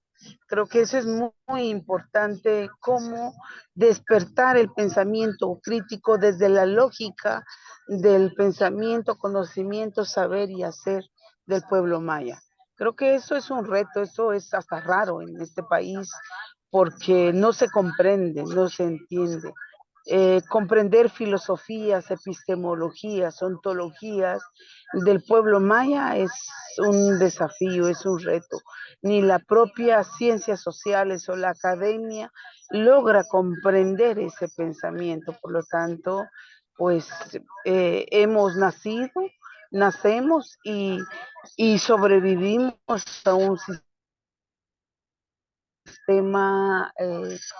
un sistema racista, a un sistema que reprime otros saberes. Entonces creo que el papel es fundamental para la pedagogía crítica, cómo contextualizarlas desde los diferentes espacios, territorios y sobre todo cómo tenemos la capacidad de comprender ese sentido de vida desde las propias generaciones jóvenes, pero como ese traslado generacional también que nos han legado nuestras ancestras y ancestros. Bueno, no sé si compartí algo y hablé algo, pero es algo que también nos invita a movernos en estos espacios y más el día de hoy. No sé si en Chile, pero en Guatemala es un día que empieza la primavera, pero eso no se conoce y eso no se dignifica otro tiempo, un nuevo tiempo. Muy bien, ¿Me escucha? muy bien. Gracias, Ixi. Muchas gracias. Ha levantado su mano Juan Alfonso. Pero también solo Ah, para terminar, hoy, perdón, se hoy te había acá, cortado, Ixi. ya, perdón, hoy acá se redignifica, podría decir, el Día de Discriminación y Racismo contra los pueblos originarios. El sistema educativo también lleva una fuerte carga de racismo para los pueblos. Muchas gracias. Gracias, Ixi. Un abrazo grande. Juan Alfonso. Gracias, Ricardo. Ha sido muy interesante la sesión de hoy que abre este ciclo. Solo algunos aspectos para puntualizar. Este ciclo se coloca en el marco de la tarea que un grupo de instituciones, entre ellos GAMI, Chilufu y otras instituciones como la Fundación SIAPE, Prisma Latinoamericano de Costa Rica, etcétera, etcétera, están buscando alternativas para América Latina. Y este tema de la educación crítica es un elemento importante para buscar alternativas válidas para América Latina. La experiencia de Gabriel, de Débora, de su marido, nos parece significativa y nos parece interesante a seguir escudriñando. El diálogo abierto no se justifica solamente por abrir este espacio de conversación sobre uno u otro tema. Se justifica en la medida que pueda abrir alternativas para toda Latinoamérica. Si bien nace en un minuto dado en Chile, pero hoy día es un programa latinoamericano, no es solo chileno, es un programa latinoamericano y que busca reunirse con otros programas similares que están recorriendo Latinoamérica y están recorriendo también el mundo y se juntan con otros elementos. Y en esa dimensión después queremos seguir profundizando sobre economía solidaria sobre los movimientos sociales en Latinoamérica, la integración latinoamericana y otros programas.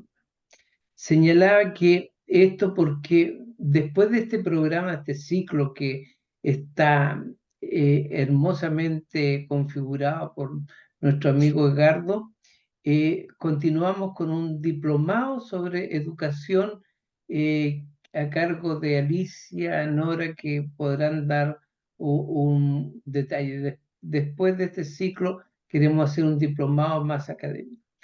En este ciclo, insisto, para las personas que llegaron posteriormente, queremos certificar con un certificado que diga de participación en este ciclo a las personas que obviamente lo deseen y segundo, nos den a conocer su nombre, apellido, organización, correo, teléfono, así como lo ha pedido Guido gentilmente en el chat para que lo podamos hacer.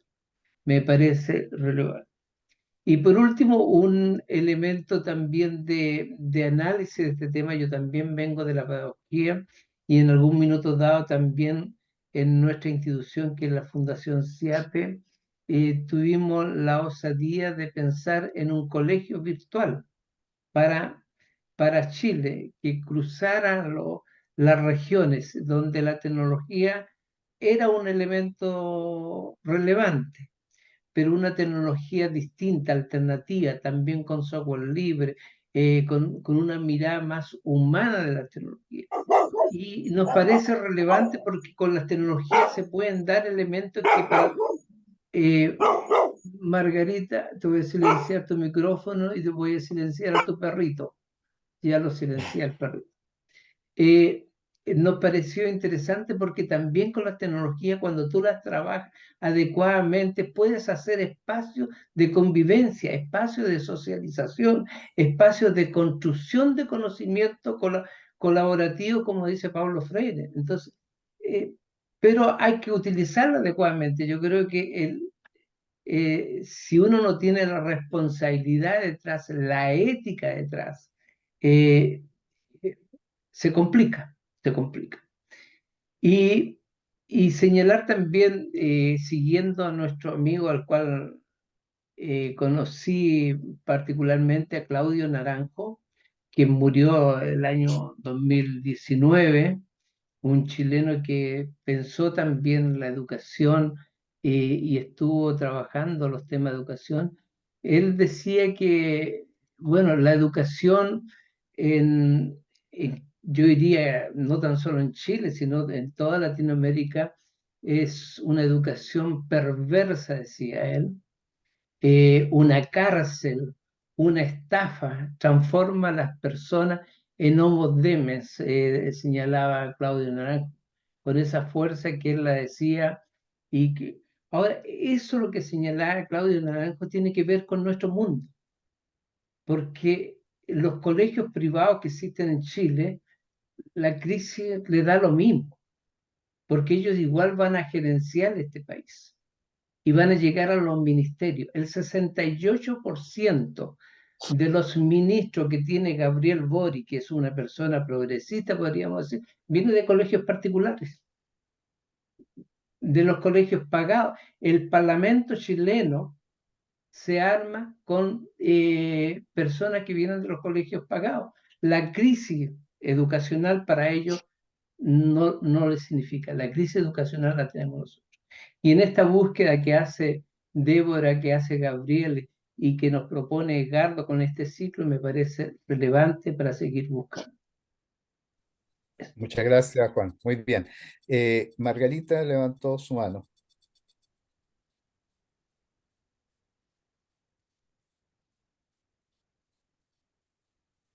Margarita. Bien. ¿Alguien más quisiera hacer alguna reflexión, pregunta para ir cerrando? Nos quedan ya 20 minutos. 20 minutos. Así es que, Guido, ¿cómo estás, querido amigo Guido? ¿Cómo están? Mucho gusto saludarlos a todas, a todos, a todas. Bien, de verdad que es muy inspirador poder escuchar de que existen estas alternativas. Yo lo tenía un poco como en el modelo teórico, sí lo había visto en experiencias eh, y básicamente, ¿cómo? La pregunta a lo mejor para poder dirigirla a uno, Gabriel, eh, este tema del círculo me gustó mucho, el tema de mediación, el tema cognitivo. Eh, ¿Cómo esto se reconoce o si han tenido muchas dificultades esto para poder reconocerlo de manera formal, con la educación formal, que obviamente hay que ir paralelamente trabajando? Y como dice Alicia, no es necesario crear una institución, no es necesario crear una escuela de esto, sino que también poder difundirlo, y esa es justamente una de las ideas que hemos tenido inicialmente como diálogo abierto. Juan ya lo comentaba, se ha trabajado bastante, nosotros hemos hablado bastante, incluso internamente, sobre esto, y le doy la gracia a nuestro amigo el doctor Edgardo Caravantes, que nos trae esto a colación. Así que eso sería la pregunta, estimado. Muchas gracias por las exposiciones. Han sido muy Gracias, inspiradoras. gracias, Guido. Muy bien, Gabriel. Eh, La pregunta iba para... primero sí, sí, a Margarita preguntarle, porque quedé como preocupado recién, porque hablaba que había tenido un accidente un poco importante con una hija y la veo ahora como en la calle, me imagino y espero, Margarita, que esté todo bien. Recién como que le iba a preguntar, pero parece que se había desconectado. Y a la pregunta de Guido,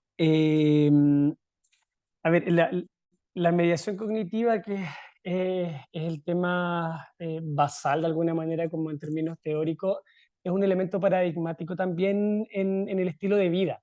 Sí, cuando uno, al menos me pasa, y en conjunto con los compañeros con los cuales trabajamos la mediación cognitiva, eh, aprendemos a vivir, o decidimos en verdad, más que aprendemos, decidimos un poco a vivir con esta mirada, porque efectivamente es una mirada paradigmática.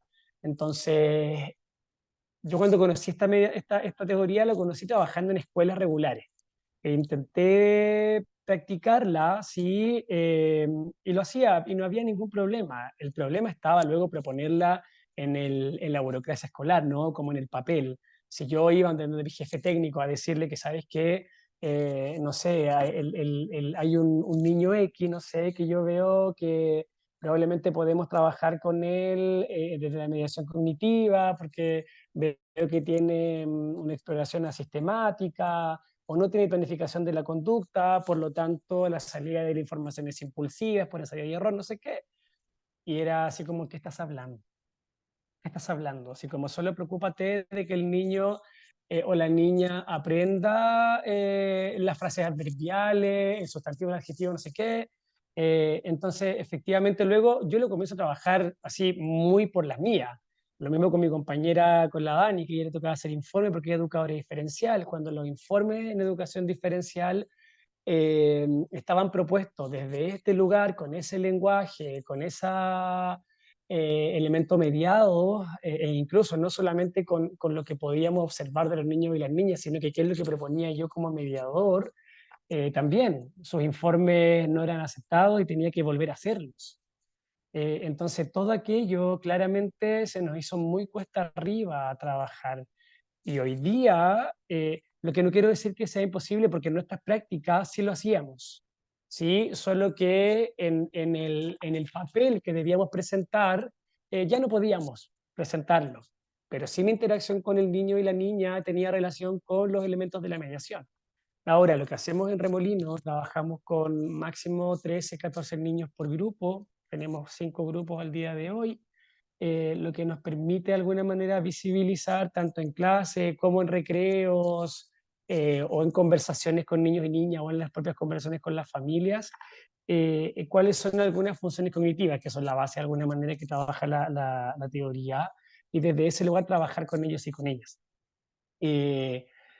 porque digo que no se hace tan difícil, porque como es una mirada basal, porque es una mirada de la interacción con el ser humano y que no es solamente para trabajo con niños y niñas, también es para trabajo con adultos y adultas, porque todos tenemos de alguna manera estas funciones cognitivas dando vuelta y que hay algunas en algunos momentos más descendidas que otras, dado la complejidad o la abstracción de la experiencia. Lo puedo trabajar todo el día o puedo visibilizar todo el día aquello. En crianza también. Recuerdo que cuando estaba haciendo mi posgrado, todo el primer año mi investigación fue de crianza mediada, de cómo pasar la mediación cognitiva y afectivo-motivacional a los estados de crianza en el día a día con tu hijo, con tu hija, en los procesos más complejos, ¿no? Como en la hora de almuerzo, en la hora del baño, en la hora de ir a acostarse. Y fue un trabajo titánico que no me lo aceptaron porque era demasiado. Entonces terminé trabajando con las herramientas del teatro en vinculación con la mediación en docentes de ciertos cursos. Eh, y aparecen perfiles, ¿no? Entonces, no es tan complejo, creo yo, pero sí hay harto que leer, harto que estudiar, porque es súper sistemático, hay elementos que son primordiales de poder observar, y como bien decía, es paradigmático, tú lo ves en el día a día, y desde ahí trabajar, ¿sí? Desde ahí poder a lo mejor como ayudar y provocar ciertos impactos en el pensamiento profundo. No sé si logro como responderte un poco, Guido, a lo que querías preguntar. Súper bien, muchas gracias, estimado. Gracias a Gracias, ti. Gabriel. Profe, había levantado la mano por otra cosa antes, porque creo que hay un elemento que se nos está olvidando en términos de quiénes somos como proyectos libres. Y tiene exclusiva relación justamente con la inestabilidad de las escuelas libres.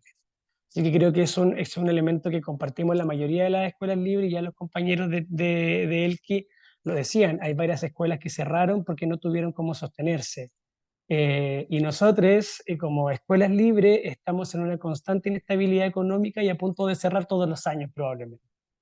Entonces hay una insistencia y una resistencia que hacemos justamente desde este lugar y que tiene relación con la pasión y con el amor por el educar y por el poder crear espacios que sean desde este lugar crítico y sin romantizar en lo absoluto en nuestro trabajo, porque es profesional, es muy técnico, pero que hay estos elementos que lamentablemente no se hablan, porque sí, son proyectos que nos pueden llenar el alma a muchos, ¿sí? Porque dice, oye, qué bonito lo que hacen, qué bueno lo que están haciendo, vamos arriba, pero hay una inestabilidad económica que lamentablemente nos pega y nos pega muy fuerte. Entonces creo que hay una situación que, que se socava de alguna manera y que se va tapando a raíz de lo bonito, comillas, ahí que se puede entregar.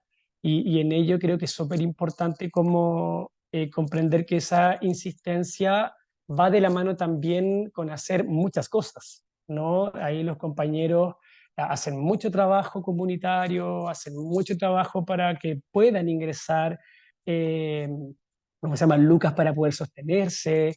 Nosotros, como bien decía por ahí Víctor, trabajamos con el Estado también, sí, pero no con el Ministerio de Educación. Hoy día tenemos 3 proyectos dando vuelta, entre ellos con el Ministerio del Medio Ambiente, con el Ministerio, o sea, con el Instituto Nacional del Deporte, con el Ministerio de las Culturas, solo para disponer y proponer espacios que sean dignos para nuestros estudiantes, porque es verdad también lo que dice Alicia, sí, pescamos una casa e intentamos entregar educación, claro, pero no es fácil, porque esa casa hay que pagarla, hay que pagar agua, hay que pagar luz, hay que pagar sueldos, hay que pagar un montón de cosas y no es para nada fácil.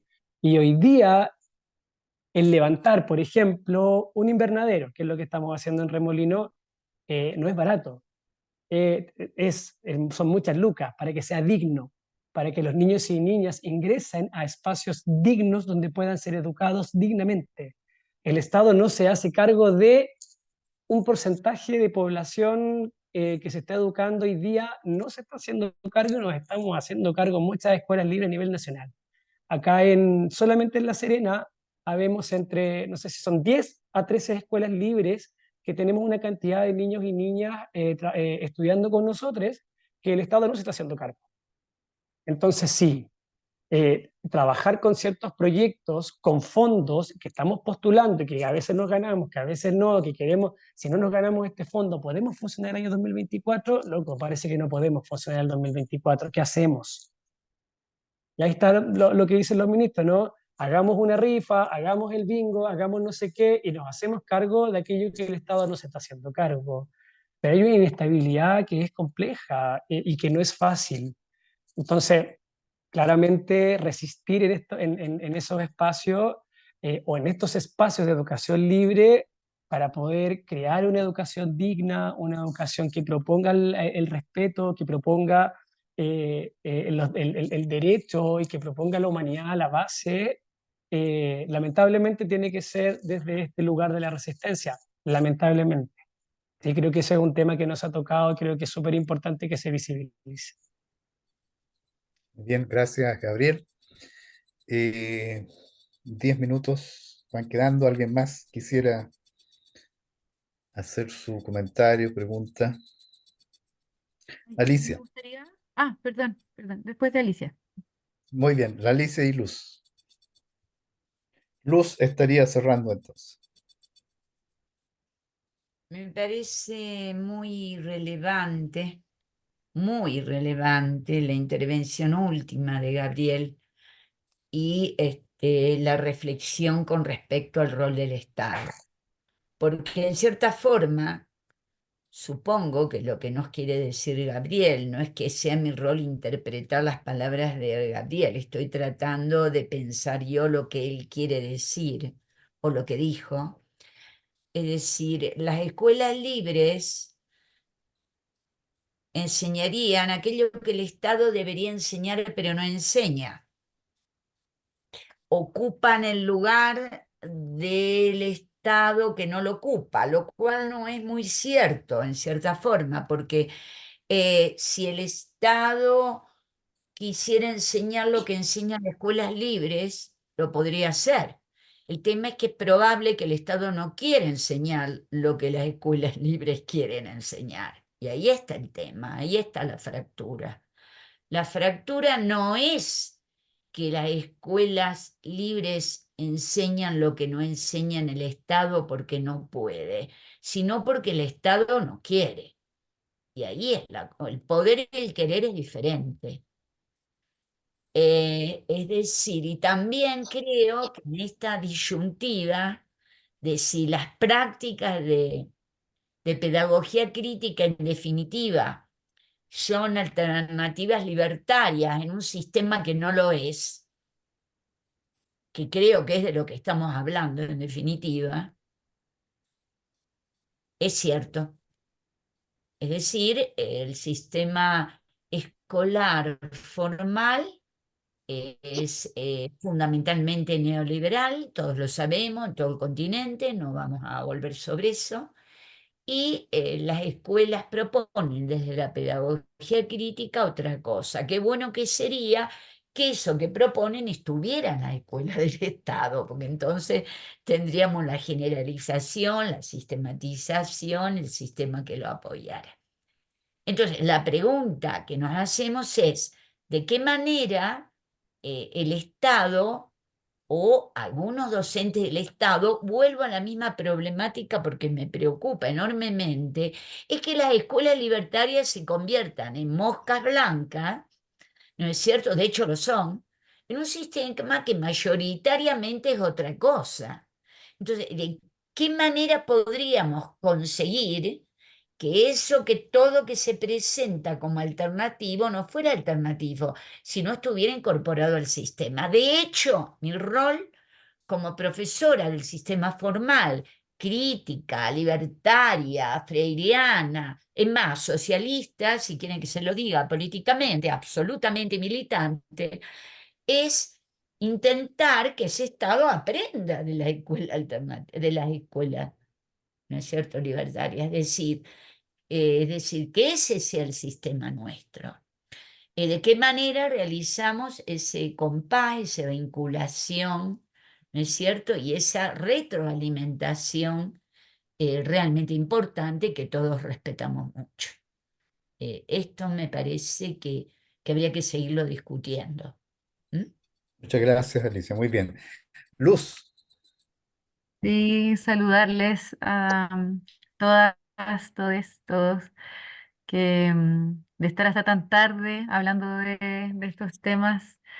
Ay, quiero decir varias cosas, pero una es reconocer aquello que decía, hacía referencia a Gabriel, y que es de la resistencia y también cómo estos espacios se configuran también, yo siento, para demostrar y para dar cuenta de que es posible vivir y convivir de otra forma. Hoy día. Y yo creo que eso es importante porque en el sistema, ¿no es cierto?, que estamos, donde que ya lo han caracterizado todos y todas de manera brillante, estamos constantemente en una tensión donde vincularnos de otra forma a veces se vuelve imposible y nos pasa con nuestras amistades. Seguramente a ustedes les puede pasar como hoy no nos podemos juntar nunca porque estamos cansados, hoy no nos podemos, no alcanzo a hacer lo que quiero con mi hija, no alcanzo a hacer lo que quiero con mi pareja y así un etcétera, donde el capitalismo nos roba la vida. Entonces, em, primero, reconocer ese esfuerzo mancomunado y me parece muy importante desmarcar la educación libre de una educación privada o una educación que lucra o una educación que tiene otros fines. En el fondo son comunidades autoorganizadas, ¿no? Que buscan a través de, por ejemplo, la democracia, los derechos humanos, ¿no? Generar espacio a la autogestión, educativos para sus hijos e hijas o niños y niñas.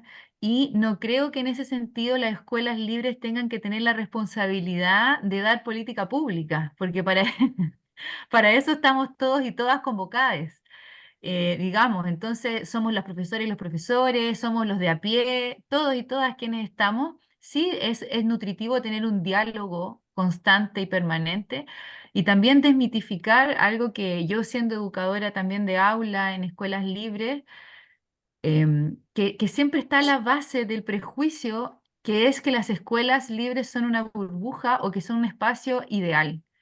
Porque si son una burbuja, yo creo que todas las escuelas son una burbuja o una cárcel, porque tienen las escuelas tradicionales, yo no puedo entrar, no puedo llegar y entrar a ninguna escuela de mi barrio, aunque yo sea profesora, sea vecina y quiera hacer un taller, porque me lo van a prohibir desde la puerta. Entonces, también se producen esos guetos, ¿no? Como qué vínculo tienen las otras escuelas con los territorios, qué vínculo tiene cualquier escuela tradicional con su propia cultura. Entonces, ahí también desmitificar eso, que esas escuelas son burbujas, como también negando las relaciones o los vínculos que tienen esos propios niños con sus familias, esos propios niños, esos propios padres, madres, abuelos, abuelas, cuidadores, que son trabajadores de una sociedad, al igual que muchos de nosotros y nosotras, que participan de movimientos, que están asistiendo, que tienen otras redes, que van a academias, que van con sus primos de vacaciones a la casa de la abuela. Entonces también es negar esa otra realidad que es parte de un tejido social de esas escuelas, al igual que otras escuelas de barrio, qué sé yo. Entonces también me parece importante poner esos puntos para poder visualizar el trabajo que hacen las y los compañeros ahí en esa resistencia y que yo creo que no es tampoco idealizar, ni romantizar, ni pararse desde una verdad, sino que es contar lo que se está haciendo con todas estas resistencias, con todos estos en contra, sintiendo que se puede avanzar más, pero no desde una verdad que está instalando política pública, por ejemplo, sino que un aporte para demostrar que es posible generar otro espacio educativo, otros espacios de convivencia y que están en diálogo, por ejemplo, hoy día a las 11 de la noche con todas nosotras y nosotros para ponerlo a disposición. Así es que agradecer en ese sentido la instancia y pongo en valor y en relieve aquello. Así que gracias, bien, profe y chiquillas. gracias, muy bien. Vamos a ir cerrando entonces. A manera de reflexión final, quisiera decir que un aula de clase, una sala de clase en una escuela tradicional formal podría ser un territorio libre si el profesor o profesora tiene una formación política que le permita comprender el mundo y cómo Exacto. se dan las relaciones entre los poderes, los que están sometidos a los poderes. Se requiere para que el aula de clase en una escuela formal, llamémosle tradicional, sea un territorio libre, se requiere profesores y profesoras que tengan formación política. Esa formación política, lo más probable es que no la tengan en la universidad. Por lo tanto, ahí tienen que haber procesos de autoaprendizaje. Lo segundo que quisiera plantear es que este concepto de resistencia me parece que también debiéramos cuestionarlo y comenzar a reflexionarlo. Porque me imagino yo cuando hablamos de resistencia que alguien nos ataca, indudablemente hay un ataque del neoliberalismo, y nosotros aguantamos y aguantamos y aguantamos. Pero tenemos que pasar al otro lado. O sea, ya no basta con resistir. Está bien resistir, pero tenemos que pasar al otro lado, es decir, qué proyecto de sociedad proponemos y empezamos a trabajar. Bueno, en Chile, la calificación más alta que obtienen los estudiantes es un 7. Entonces yo desde una perspectiva muy conductista, les voy a decir que se han portado muy bien, han usado bien los tiempos, se han respetado, no se les va a llamar apoderado y obtienen todos y todas un 7. Los esperamos el 18 de abril a la conferencia con Lucía Carela. Chao, un beso, un abrazo. Chao, adiós. Muchas gracias a todos. Nos vemos el 18 de abril, como dice Edgardo, en la segunda sesión. Hay una foto Antes que se Mario, vayan, si pueden sí, prender eso mismo. hay una La cámara. foto que Mario desde México nos hace a todos y la Con publica alma. en las redes sociales, el cual Hay que pedimos peinarse. que también ustedes la pongan en sus redes sociales de cada uno. Así que coloquen su cámara un minuto, por favor, para que salgan en una fotografía de conjunto. Mario, cuando gustes. Ahora pasa la otra. No es neces- Un minutito, estamos tomando. Sonríen. Estamos sonriendo de...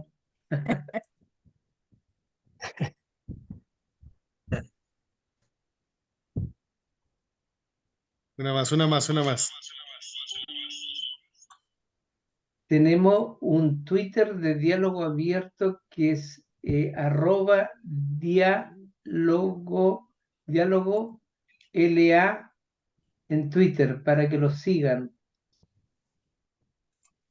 ¿Es así, Mario? Listo. Muchas gracias. Gracias. Feliz semana, feliz Semana Santa. Que estén muy bien. Chao, gracias. Chao, que luego. estén muy bien. Muchas Feliz gracias. primavera.